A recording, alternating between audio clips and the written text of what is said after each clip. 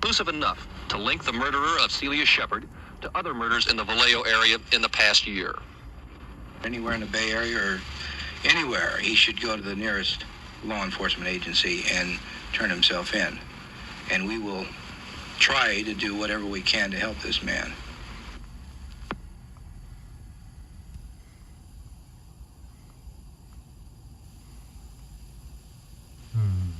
Does it seem to you as if you're pretty much on the verge of finding this man? Well, I wouldn't want to say that, Dave. We're hoping. We've got some good things working for us, but it takes time. And to be able to reach out and pluck this guy out of the air isn't done. In most murder cases, you'll find a motive. But of course, this guy is just a killer, a mad killer, and you have no motive. So it makes it a little bit harder for us to track him down. It's also fairly obvious that the man greatly enjoys the publicity that surrounds this thing.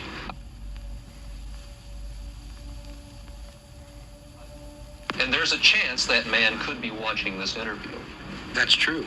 What would you have to say to this man?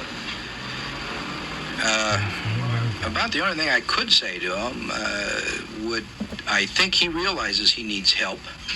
I'm sure he does. And I'm sure he realizes what he's doing. And this is, to me, it's a sex crime. He's doing this for gratification. And I feel that he should definitely seek aid at any agency that he wants to go to in law enforcement. It wasn't in the groin, it was in about the abdomen or stomach.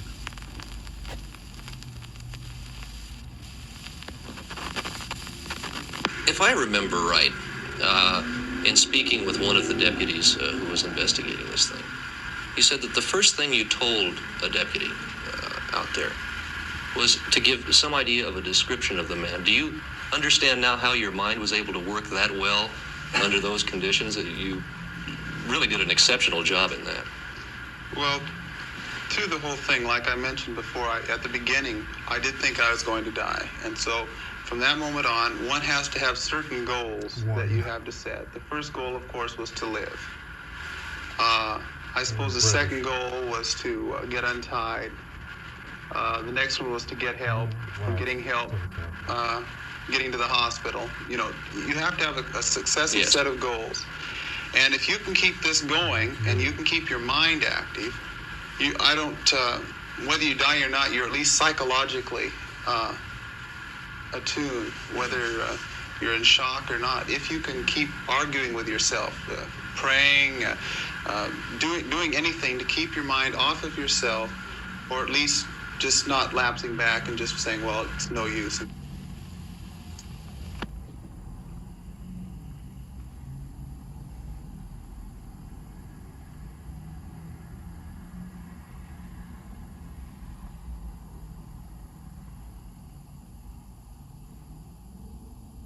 Cecilia didn't know who betrayed her. Well, hooded masked man did do the stabbing, and I guess she was hogtied at least. I don't know about him. Brian will probably be able to leave Queen of the Valley Hospital fairly soon. But where he's going from here is being kept secret in the event that the man who attacked him and killed Cecilia Shepard on Lake Berryessa a week ago Saturday tries again. Brian made it for two reasons some people might regard as intangibles, but reasons that for him were enough. A strong faith and an equally strong will to live. Dave Monsies, Eyewitness News, at Queen of the Valley Hospital, Napa. The Zodiac calendar.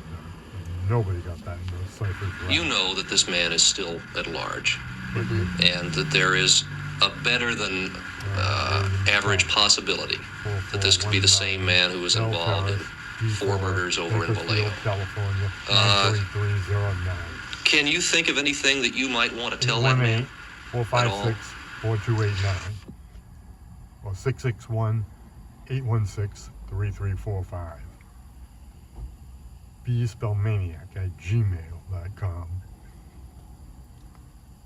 https://www.lulu.com. facebook.com/spotlight/Brian_Spellman.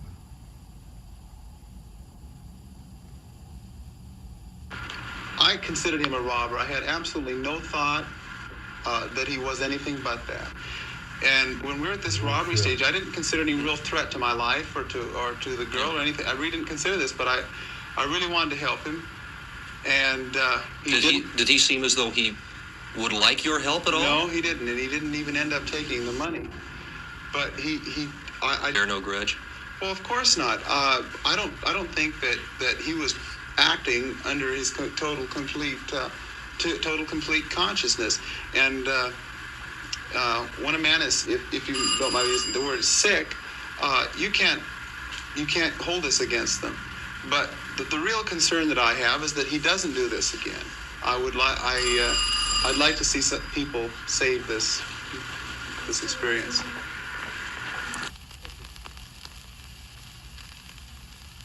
Early last Saturday evening, Celia Shepard and Brian Hartnell, both in their early 20s, were sitting on this knoll of land overlooking part of Lake Berryessa.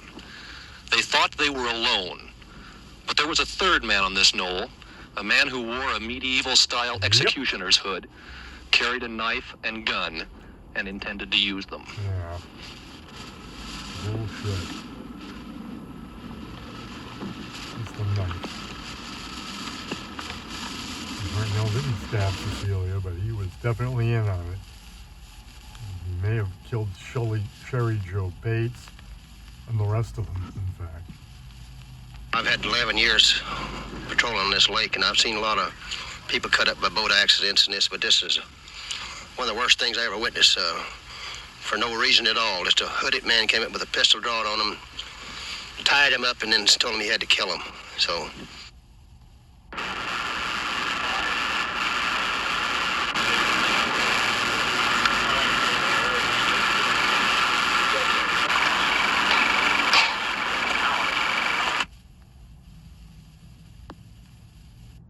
This guy is a pathological psycho killer. There's no doubt about it. Is there any doubt in your mind that there is or is not any connection between Vallejo and Berryessa? This we're sifting out now. I wouldn't say that there is any connection, yet I wouldn't want to tell you that there isn't at this time. We have some pretty good physical evidence that we're working on now. Mm-hmm. And of course, we're going to get together with the Vallejo authorities. We've been in contact with them since the incident, and we definitely will pool our resources.